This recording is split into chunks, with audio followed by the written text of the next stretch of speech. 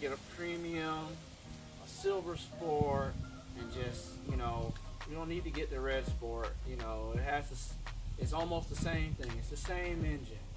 You know, my tuned silver sport would beat your stock red sport. My tuned premium would beat your stock red sport. Remember, the key word you keep saying is stock.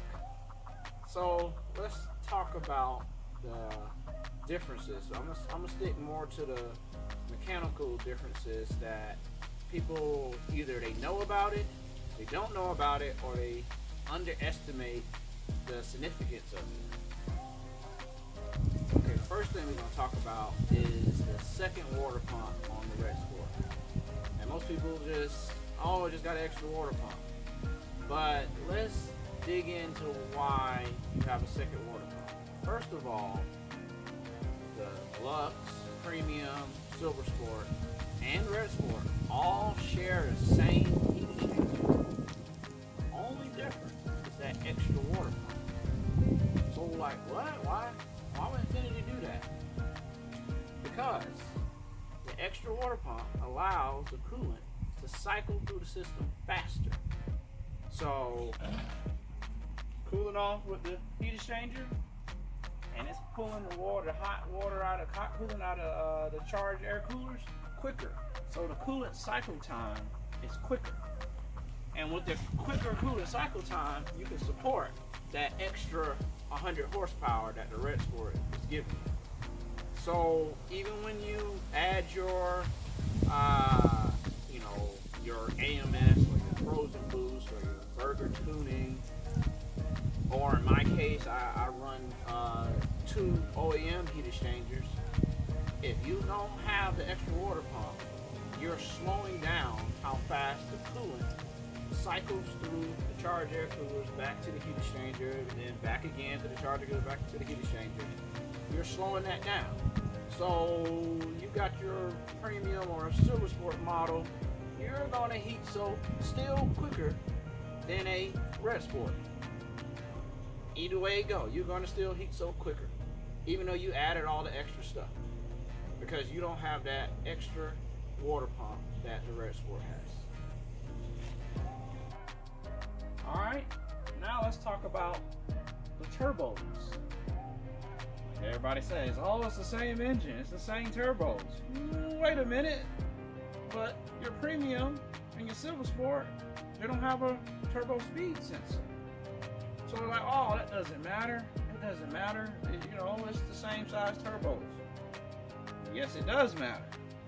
First of all, you got to remember, Infiniti has this claim of, 220,000 RPMs on these little baby turbos. And you got to keep that in check. And with the silver sports and premiums or Luxe, they 10 psi? So they not too much worried about you overspinning the turbos, and that's what the turbo speed sensors are for, is to not allow the turbos to overspin.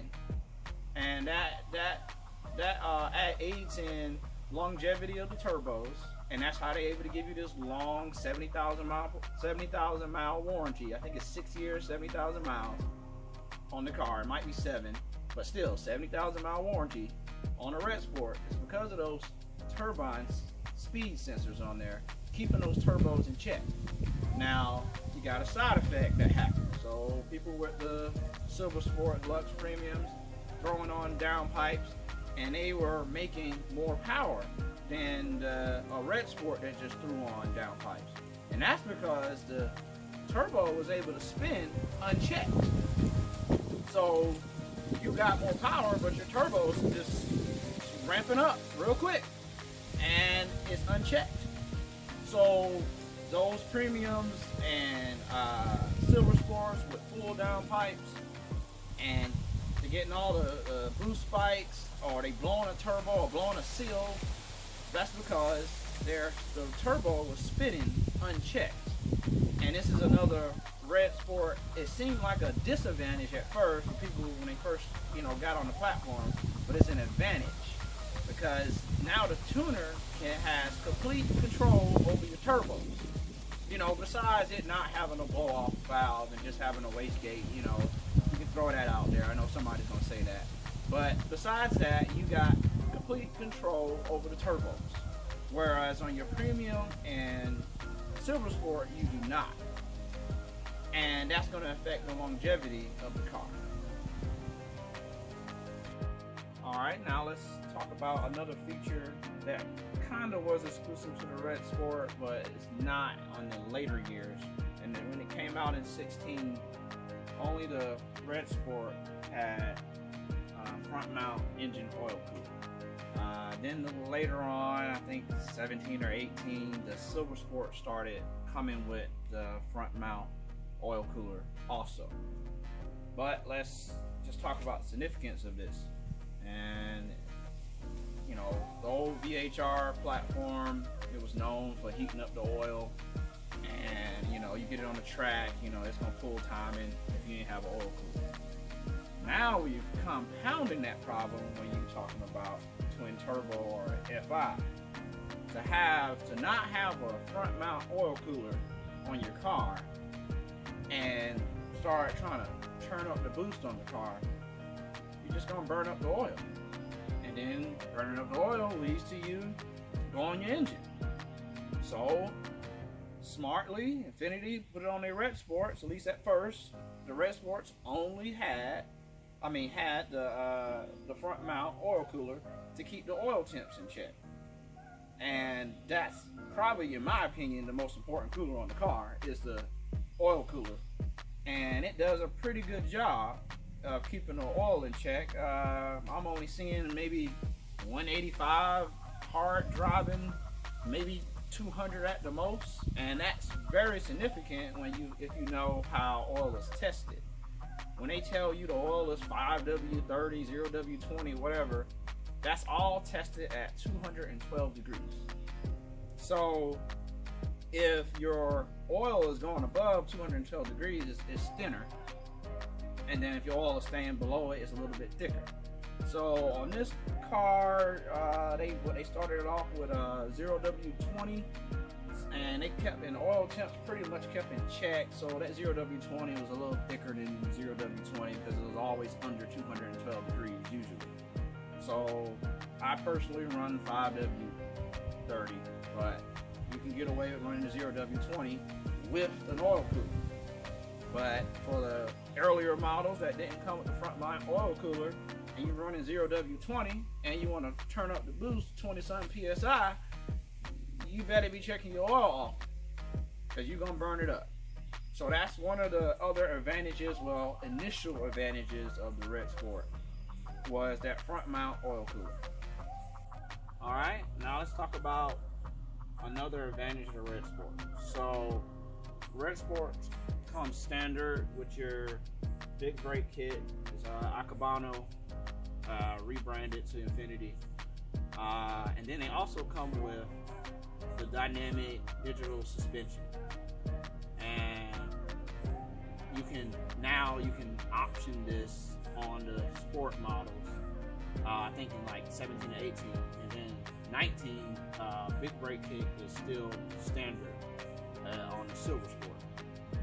But in the beginning, the Red Sports only got the big brake kit, and then Silver Sports got it at first too. But they did not get the dynamic digital suspension standard. And that's still an option now. You have to option in the dynamic digital suspension on 19 Silver Sports. So, okay, some people are like, well, I'm just gonna throw coils on the car. Or they'll say, well, I can go buy the brick brake kit for less. So buying the brick brake kit for less from like a G37 or a 370Z, yeah, probably cheaper. But what you can't get is this suspension. You go try to get this suspension aftermarket, say about 4K. This is a suspension made by Monroe, and it is what you call a semi-active suspension. It literally has sensors on every wheel. It has a height sensor, and it uses your yaw sensor that's already on the car. And then it uses the steering angle sensor, and it looks at your throttle input and brake input to decide how it's going to valve the suspension. So it is constantly changing. And your static coilover kit, you know, your $1,000, $800 coilover kit, it is nothing compared to what comes standard on the Red Sport. And you can buy little kits to add on to your coilover kit that will, you know, mechanically quit the compression or rebound settings, but that's going to cost you extra money. So you might as well get the Red Sport and get it standard and tie it all the way into your drive mode system. So so this is a little fact that people didn't know, that suspension is the real deal on the Red Sport. It's not just some, you know, marketing gimmick. You can look up the suspension on the Monroe website, and you can see this suspension is shared with I think the BMW 2 Series, 3 Series, 4 Series, and a couple of other car brands that uses the exact same suspension setup. So that's another big advantage of getting the Red Sport, is you get a real deal of suspension. It's not marketing hype. All right, we're at the back of the car, and one of the other things you get for having a Red Sport is Red S. Well, and you also get, you know, these different exhaust finishers. You know, who cares? Remember, I'm talking about more mechanical stuff. So a lesser known thing is the rear end. The Red Sport gets a bigger final drive, and then what a Silver Sport or a Premium does. So who cares? Well, what happens is this car is always going to accelerate faster than a Premium, Luxe, or Silver Sport. Always. So if you got similar horsepower, this car is always going to out-accelerate you because you don't have the bigger gear. Now, somebody's going to immediately say, well, I have a higher top speed. Yeah, you got a higher top speed, but this car is going to get to its top speed before you get to your top speed. So this is another advantage of the Red Sport. And while I'm back here talking about the drivetrain, Infiniti mentions in one of their publications, if you look up the VR30 release that Infiniti does, they will mention that the transmission was, you know, upgraded to handle the, you know, new levels of torque. You know, I can't remember the exact words. So the Red Sport potentially, well, we know it's mechanically different on the inside. It has the same case, but on the inside than what the G37 or 350Z has, just by them saying that. So that almost makes me assume that they're gonna have to do some different programming, and I can confirm from having a tuned G37 and, you know, tuning the torque maps on my G37, this transmission feels like the tuned torque maps on my G37, but it's already like that stock. So it's different, and it shifts the gears a little much harder than what my G37 did, even with it tuned. So they did something to the transmission. And then, similar before, in the beginning, only Red Sports and Sport models came with the second transmission oil cooler. And anybody who's had a G37 Auto and brought it to the track, you know, after a while, it's gonna lock you out of third and second gear, and it's gonna make you stay in fourth gear as soon as it get hot. But once you added a transmission oil cooler, that wouldn't happen no more, or it would take way longer for it to happen. And on this car, it comes with that second one already automatically. And only the Sport and Red Sports up to, well, we're talking about 2019, have the second transmission oil cooler. Premium, Luxe don't have that. And, you know, just like they don't have the front mount engine oil cooler. So this is another reason of advantage of the Red Sport as far as the drivetrain also. All right, let's wrap this up. So I went around giving the four or five main mechanical advantages to the Red Sport.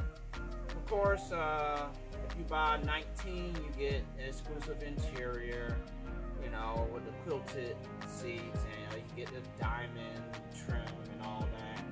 You know, I don't really care for that. So to me, that's a subjective advantage, but it is Red Sport exclusive, and I think you get 2 of the paint colors are Red Sport exclusive. It's the real vibrant red, and then there's a midnight black. You only can get that on the Red Sport. The iridium blue you only can get on a sport model that I have, and then there's a couple of colors that you only can get on a premium. You know, like that brown color that I like. So, you know, if you want that color, you gotta get a premium. But I was more focusing on mechanical stuff. But I just wanted to mention that, you know, for people who might care, you know, about the looks stuff. And then, you know, I have a 16, so I don't have the new bumper, and then I don't have the new rear bumper or the new rear tail lights. And then also they changed where on the, I think it started in 18, where they make this symmetrical, this little blockage, wind blockage thing. They put it right here too. But I prefer it being wide open because, you know, all I care about getting the airflow in and cooling stuff off. But to wrap it up, also spending money. So you buying this new or leasing it new or whatever, and you say I'm gonna get a Silver Sport, and you start optioning in the stuff that a Red Sport has, you're gonna either get very close to Red Sport price or exceed it. So, and then you're not even gonna get the exclusive interior and, you know, exclusive rims if you like the rim. That's subjective, but you're not gonna get the Red Sport exclusive stuff, and you're paying basically Red Sport price. So if you're gonna option up a Silver Sport, get a Red Sport. It's a no-brainer to me. You know. So, answer my question once again: should you buy a Red Sport? Yes.